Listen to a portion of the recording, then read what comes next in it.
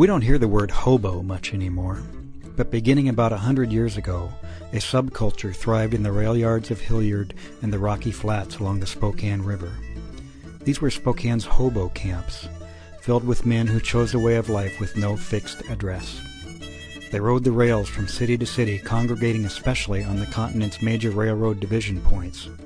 Spokane was one such point. They carried their clothes in sacks. They warmed their hands around campfires and sang about the Big Rock Candy Mountains, where there's a lake of stew and of whiskey too. They had their own customs, their own lingo. Wine was Yakima bourbon. Their bedrolls were bindles. Their camps were jungles. They became folk heroes because of their carefree lives, free from society's restrictions. Charlie Chaplin took on the character of the little tramp and became a star. Here's how one Spokane hobo put it: "You haven't got no ties to nobody or nothing. That's how I like it." In 1905, a hobo wrote a letter to the Spokesman Review under the name of Weary Willie, in which he recalled that he had once worked for a living. The very memory, he said, had brought him a blush of shame.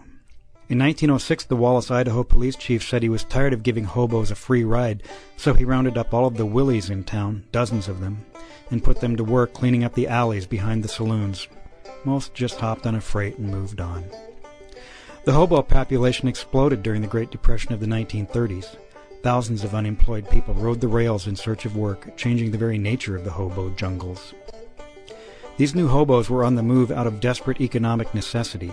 Hobos still loomed large in popular culture, but now they were sad figures such as Emmett Kelly's Weary Willie character.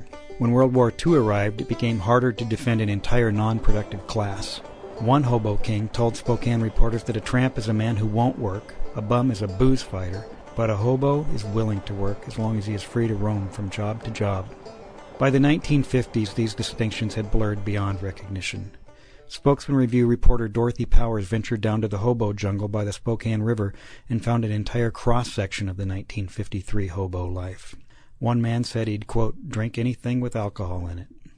One was washing his shirt in a can of soapy water because he needed a clean shirt to apply for a job. And another group admitted they were all drawing rocking chair pay, slang for unemployment checks. In the 1960s and 1970s, a new kind of vagabond, young and long-haired, was drawn to the hobo life. Yet, if the life was ever truly carefree and adventurous, it no longer was. The camps still existed on the Spokane River bottom, but they were squalid and dangerous. By the 1980s, the word hobo was a relic of the past, replaced by words such as transient and homeless, words with no hint of romance or adventure.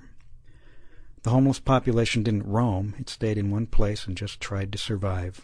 Today, a few free spirits might still ride the rails, but the hobo culture is long gone.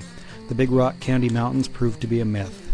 Nothing is left but the blackened fire rings and rusting tin cans down in the old jungles by the muddy Spokane. This is Jim Kirshner for SpokesmanReview.com.